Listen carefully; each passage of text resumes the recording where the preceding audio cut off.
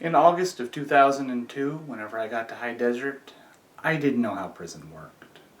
I'm sure that I thought that I was an experienced veteran after having went through San Quentin's Badger section, but reception and mainline yards are very different, and I had no idea what I actually should have expected. For the first couple of months that I was there at High Desert, we were on lockdown due to racial tensions between the white and black inmates. This meant that the only inmate that I interacted with on a daily basis was my cellie, Blanky. Of course, the administration couldn't keep us on lockdown for forever, so they instituted what they called a progressive unlock. This meant that every week they released a couple more inmates of the locked down groups, the black and white inmates, out to Dayroom or yard to program together. The first week it was just 2 or 4 inmates, and then a couple more every week after that until eventually they would have let all of the inmates out of lockdown.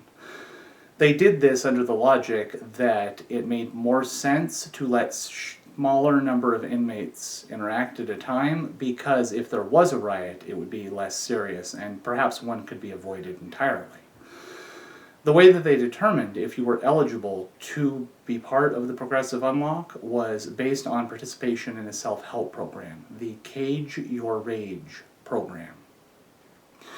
This was essentially a mail-in self-help program where they asked you questions about your life and about your childhood, and you wrote out the answers and sent them to a counselor. It took about 3 months to complete the course, and once you had finished it, you were eligible to go out and program with the other inmates. I had expected that I wouldn't be out to Dayroom or yard until I had finished the Cage Your Rage program. However, it was a test program. High Desert and Pelican Bay are test prisons, meaning that they occasionally try out new systems to see if they work. High Desert decided that the Cage Your Rage program and really doing the self-help in order to get off of lockdown in general wasn't working out, and they canceled the program. I thought this was too bad. It seemed like a smart idea to me, but I suppose I wasn't privy to the same information that the person who made the decision was.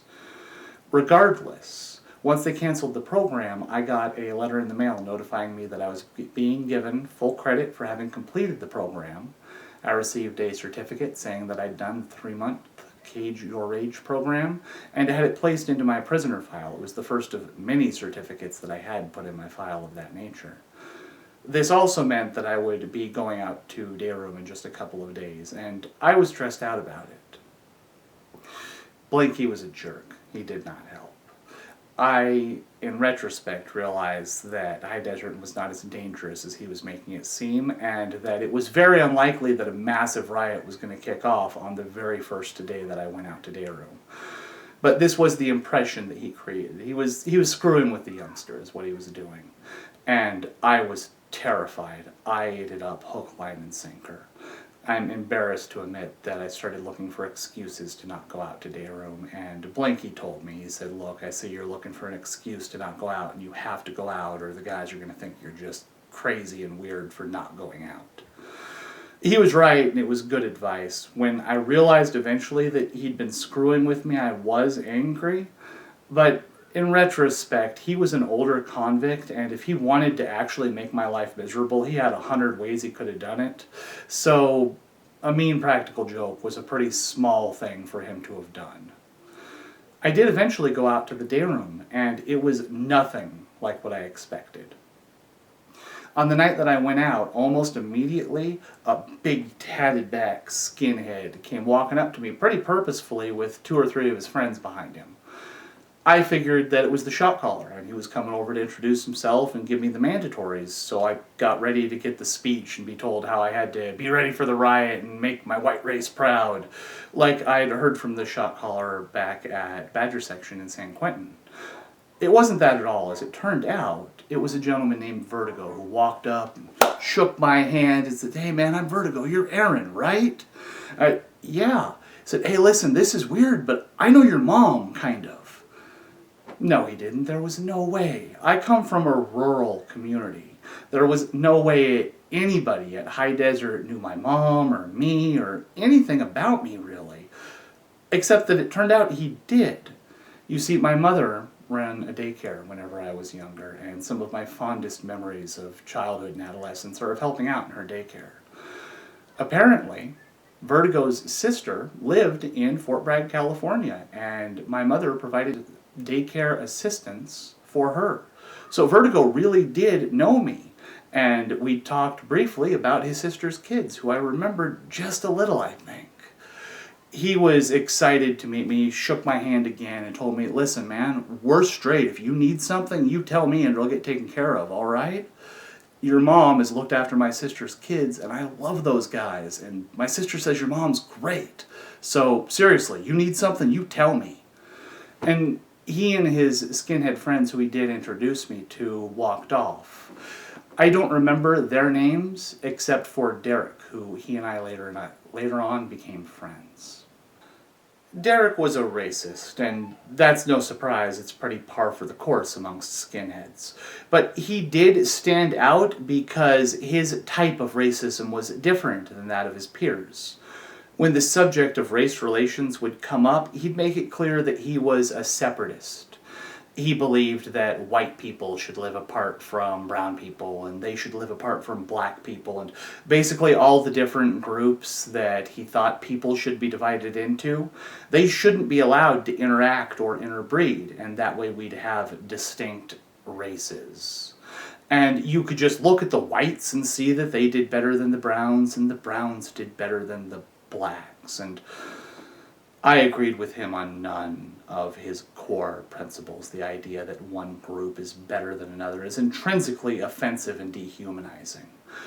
But it's also something that you're going to have to accept if you're going to be an active inmate in CDC, at least in the places I was, arguing with a skinhead about whether or not the solution to race relations is to stop being a racist.